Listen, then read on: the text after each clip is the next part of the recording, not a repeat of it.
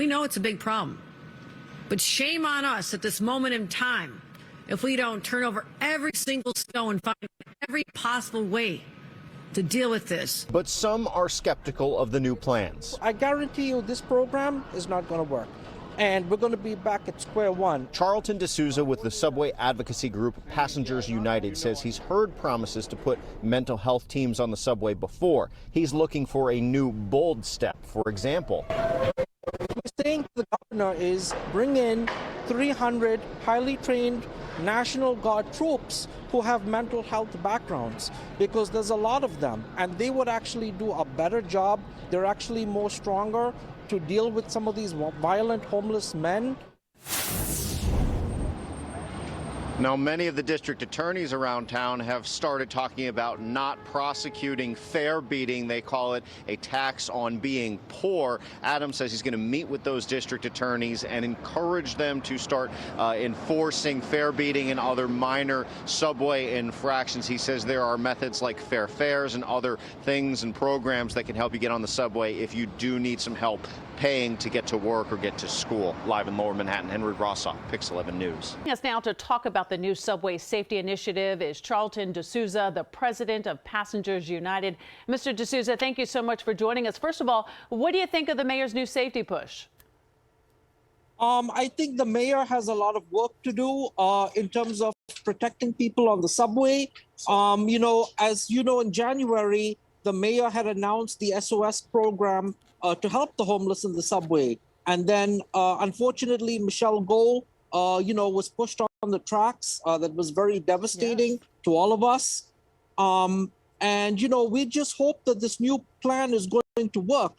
But from what I'm being told, and, I reached out to several outreach workers, and there's just not enough of them. And, to put school nurses into the subway, we don't think this plan is going to work. We have a lot of concerns. And then the other issue is the district attorneys not enforcing, the rules of conduct in the subway. So right now, people are using drugs. They're shooting up needles in the subway. And it's a very, very sad situation going on. We're going to give the mayor and the governor a few weeks to work this out. I'm actually going on patrol right now in the subway to see the situation, and we'll be patrolling the stations, counting the homeless, and we're going to see if this program works. But from the past, few years, it hasn't worked. And we've seen it even in January. The last 4 weeks, about 17 people have been killed on the subway.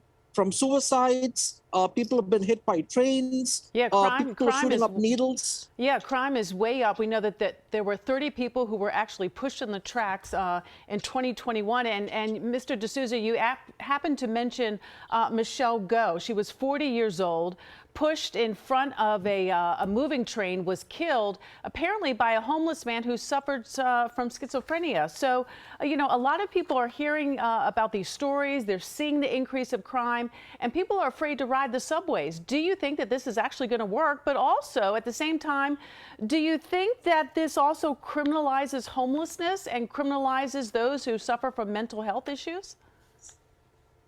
So, I don't think this plan is going to work. I think we're going to have to come back again.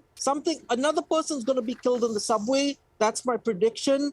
And, in terms of the homeless being criminalized, every police officer can make, their own, they can basically look at the issue. If someone's jumping the turnstile, they can stop that individual and question that individual. Dealing with the police doesn't have to be an arrest. But what we're saying is there has to be that one-on-one intervention. Like on Monday, I was at the 34th Street Herald Square station, and a homeless individual set fire to a piece of paper. And I was looking for the police, and then I found the cops, and I asked them, to please, talk to this individual.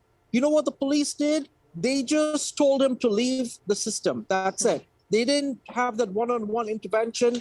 So the police officers are telling me there's nothing they can do. That's the response we keep getting. When we see people with shopping carts on the subway, they keep telling us, oh, there's nothing we can do. So I don't think the NYPD is out to, put people in jail. That's not what we're saying. But you have to understand, transit workers are being assaulted in the subway every day. We lost a motorman, Garrett Noble, last year. A fire was set on a train where a motorman died. So Right. what I'm saying to the progressive advocates is, you guys have to work with us. And, we have all these nonprofits out there. What is going on? Where is the Thrive NYC money gone? Well, we're going to there's see. no accountability. Yeah, Mr. D'Souza, there are a lot of issues here. But again, this plan by the mayor begins on Monday, so we will see, and we will certainly check back in with you. Thank you so much for joining us this evening. Thank you so much. Thank you. And we have much more information on the new subway safety plan and reaction to it at ABC7NY.